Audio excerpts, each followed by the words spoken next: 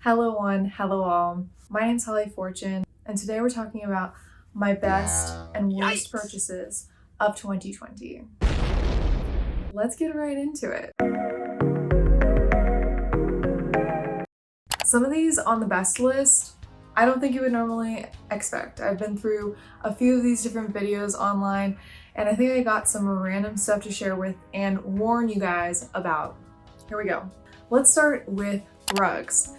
In February 2020, people started going into their rooms in their houses and thinking, how can I make things more homey? I'm spending all of my time here. How can I make my places better? And a lot of people bought rugs. I had been budgeting for this. I had a dog, so I didn't know if the dog would be well behaved enough to have a rug. And I thought, I'm ready. We can have a rug. So I got two, and they are on the worst part of this list. So you can gather how things worked out with those. Rug number one was from West Elm. I told you, I saved up for these. I found a link for this one, but I don't believe it's the same one that I got.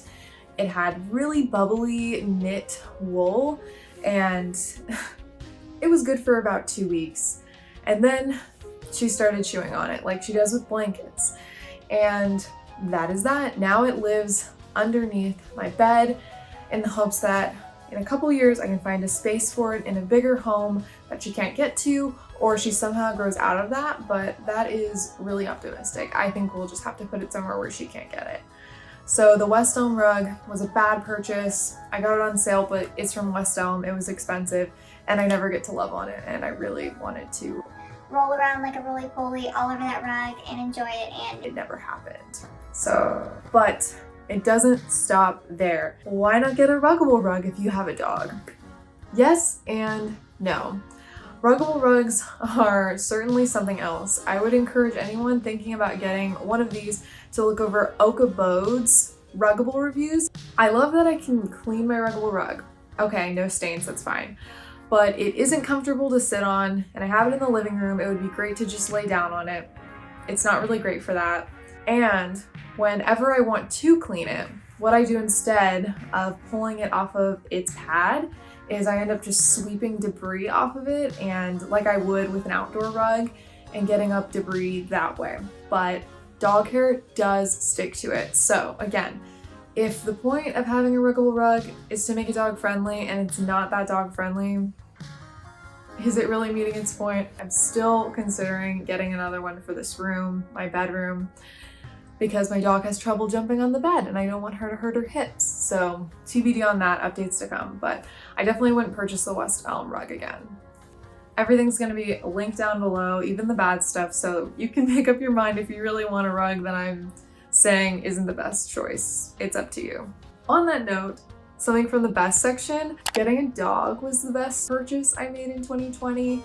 Just a short shout out to that. Don't get a dog if you're not ready for one. But if you've budgeted for one, it could actually save you during this time. You can invest so much time into taking care of and loving something, and it totally transformed my year. I just do not know how I would have survived without a dog. During the start of 2020, I wanted to get my hands on some masks rather quickly, but I didn't want to buy disposable ones, and the game was still relatively new. So I had to Etsy to buy a pack of masks. And what do I find? Some affordable masks. But unfortunately, what I ended up with was like the thinnest sock for your face that you could possibly get. I have her here. She's freshly washed, no worries. But you can even see, I feel like some of the light shining through it here. Maybe it's just in my head. But this thing is too small for me. You can't tell which side is which, so if you lay it down and then pick it back up, you're potentially putting more germs on your face. It doesn't have elastic bands, so it can fall right off, and as a result, it starts to slip off from your nose, and it is just so annoying. By contrast, I ordered 5 of Outdoor Voices masks when they came around, and they had the rubber adjustable strap, a bigger covering in general, and it was much thicker. So I still recommend those, even though that was the first iteration of masks and they've since changed it. I have it in black, and I think those masks are really high quality. But these right now, I'm thinking about just getting rid of these. They're not safe, and I don't even want to see them anymore. I don't want them. A real Christmas tree. Yes, I decided for the first time to buy a real, I believe it was Douglas fir Christmas tree. So I wanted to ensure that if I was going to be alone during the holiday with my significant other, there was something that was going to make it special. And what's more special than sharing your first Christmas tree, a real first Christmas tree with someone, and it brightened the holiday, it made the month stand out from all of the other ones that had just dragged on and on. While I wouldn't recommend buying a fresh Christmas tree every year based on cleanup alone and the fact that you are cutting down a tree, I would recommend buying a used artificial tree. That would be the perfect scenario, or just having one for a really, really long time that is artificial. We need to be making the most out of these months, making them really special. I'm already thinking about how I'm gonna make Valentine's Day special. So that's a word to the wise. Invest in your holidays so that you can look back on 2021 and have some bright memories. This is a big one, and it is a phone and a computer with low storage. Oh my God, if there's just one takeaway you could get from watching this video, next time you buy a computer or a phone, get at least one more step up from the storage that you think you need, if not another step up. And I know it costs more money up front, and that's exactly why I was in the situation that I am in now, but I have a phone and a laptop that are constantly running out of space. And believe me, I've been doing a lot of optimizing. I need to buy some external hard drives, but it is just a pain. And those are memories usually that you're dealing with when we're talking photo and video.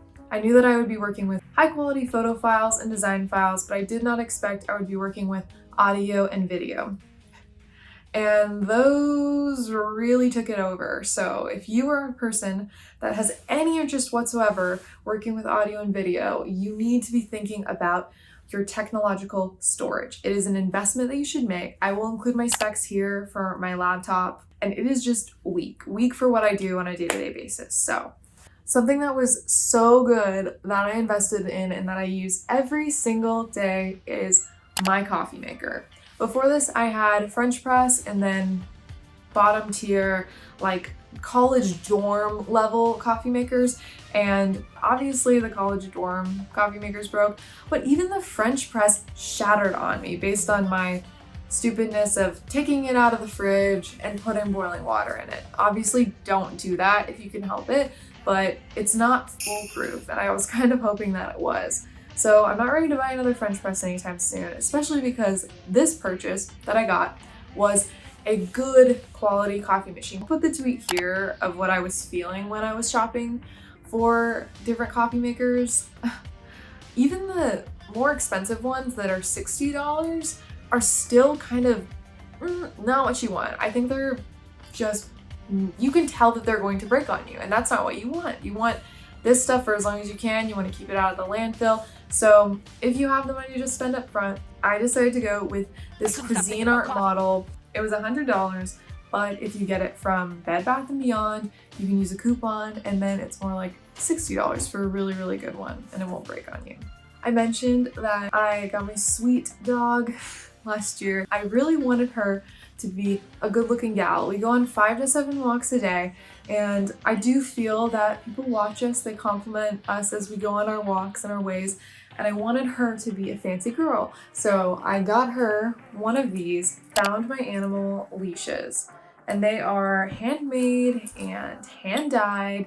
They have a really cute little emblem here. I'm sorry to say this is on the bad list. This is not a good one. There is a circular part here that you twist to increase the length of the grip. You can put it on your shoulder or around your hips, but no one has time to adjust a lead quickly when they need to. So I will link the leash that we got from Amazon. It is really quick, really fast. Another thing that this one is lacking, this right here was a really good clasp that would twist up, but it became off kilter and now it's just useless to me. So someday I will get this fixed and I will use it for her, and maybe I'll re-dye it myself. When I moved into this apartment, I really wanted a comfortable couch, in particular something bigger than a love seat that I could fall asleep on, and I just wanted something that I could lounge on and be super comfortable with. I don't recommend buying IKEA couches because they do tend to smush down and get broken easily. They're pretty affordable, but yeah, don't recommend those. So I started, and I didn't want to buy new, so I started going on the hunt for something vintage. And if a seller is reputable and their prices, if they'll work with you on their prices, this is certainly a great route, especially if you're not having any luck on Facebook Marketplace.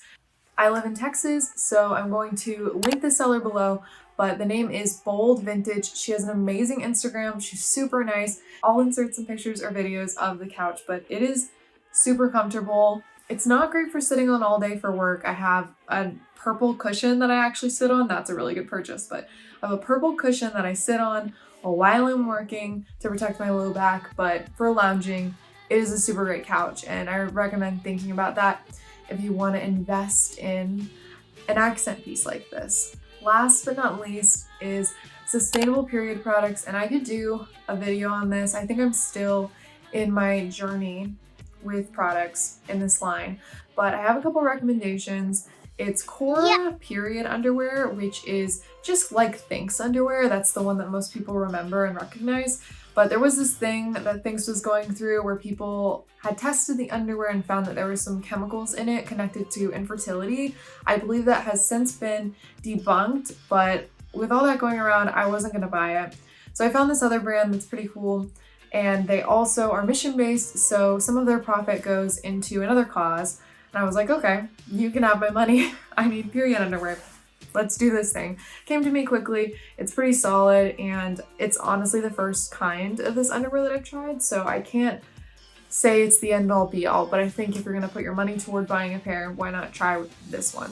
I'm not actually gonna show you, but I have this little bag here for my menstrual cup. I was a tampon user, didn't want to do that anymore, didn't want to waste excess toilet paper, dealing with hygiene and everything.